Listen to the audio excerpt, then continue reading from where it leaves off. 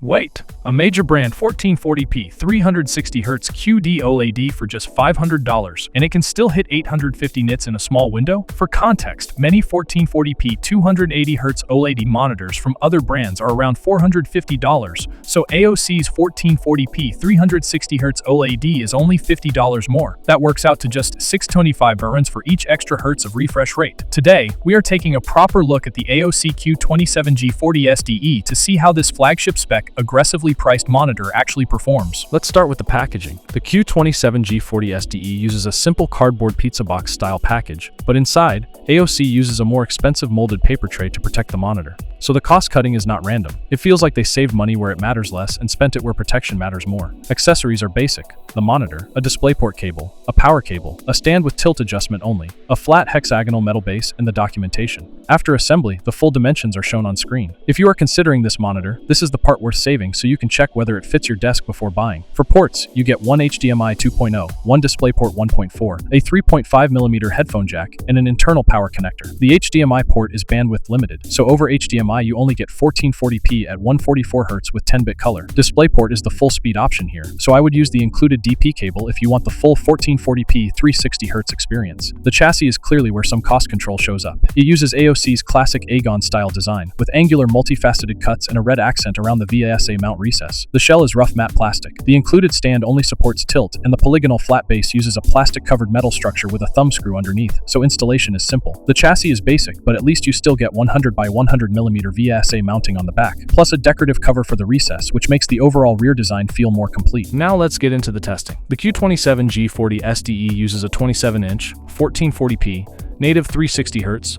10-bit third-generation Samsung QD OLED glossy panel. The subpixel layout is the familiar triangular QD OLED arrangement. For brightness control, it uses DC-like dimming, with the brightness swing and flicker testing close to 100 nits.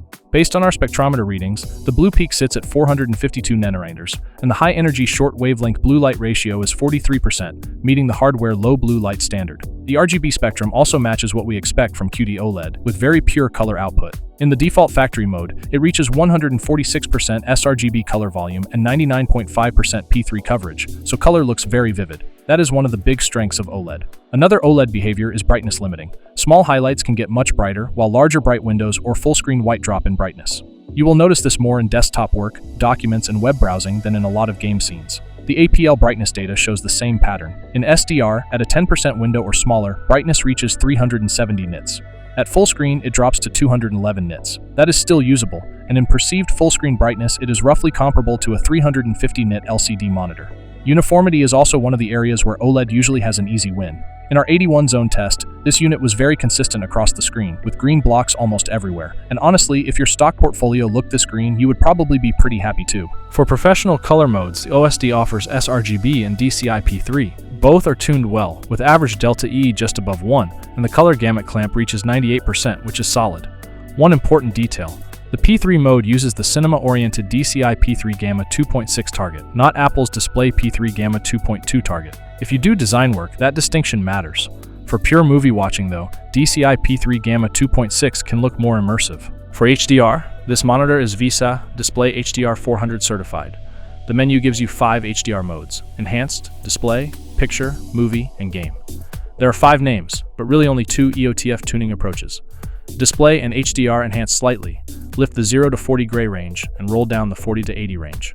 HDR Movie, HDR Picture, and HDR Game mostly lift the whole grayscale range, with only a small roll-off around 60 to 70 gray. The first approach works better for scenes with stronger dark-to-bright contrast. In dark Game of Thrones style footage, it gives stronger perceived contrast while still keeping some shadow detail. The second approach works better for brighter HDR content. In brighter demo footage, it gives better highlight detail and makes bright colors, like sunflowers, look more vivid. For everyday use, I would lean toward the second group of modes. Yes, in darker scenes the overall contrast can look a bit lower, but most daily content is brighter. In those situations, the second tuning looks more impressive. The APL data supports that as well. Game, movie, and picture modes deliver better brightness behavior, with higher peak brightness and slightly larger bright highlight coverage than HDR Enhanced. For color accuracy, HDR Game mode performs best with an unweighted ITP average error of 4.56. Overall, for daily HDR use, I would choose Game or Movie mode. For gaming features, the OSD includes shadow enhancement, crosshair options, 6-axis saturation, and a sniper scope mode. The shadow enhancement feature also has a related dark scene control option in the picture menu, and both can be enabled together. The important part is that these modes mainly lift the lower grayscale range, so they improve visibility without completely flattening the image. The crosshair feature has both static and dynamic modes, and the size should work for most FPS games. 6-axis saturation is especially useful in games like Valorant. Because character models use fixed color outlines, boosting the matching color channel can improve separation between the target and the background, making aiming and target spotting feel more intuitive. Response time is where OLED is at its strongest. Unlike traditional LCDs, there is no liquid crystal layer that has to physically change state, so you do not need aggressive overdrive to improve pixel transitions. In the UFO motion test footage, we do not see obvious ghosting or double images. The measured average GTG response time is 0.12 ms, and MPRT is 2.23 ms. At this point, motion clarity is mostly limited by refresh rate, which is exactly why higher refresh OLED panels are so valuable. So here is the final verdict. The AOC Q27G40SDE delivers a very clear and transparent-looking image thanks to its glossy coating and the inherent strengths of OLED. Because it is pixel-level self-emissive, even tiny highlights can look very strong. That is the core difference between OLED and mini-LED LCD. The gaming feature set also covers most use cases. Outside of the chassis and stand, the monitor performs well overall. The build is definitely on the basic side, but at $499.99, that trade-off is much easier to accept.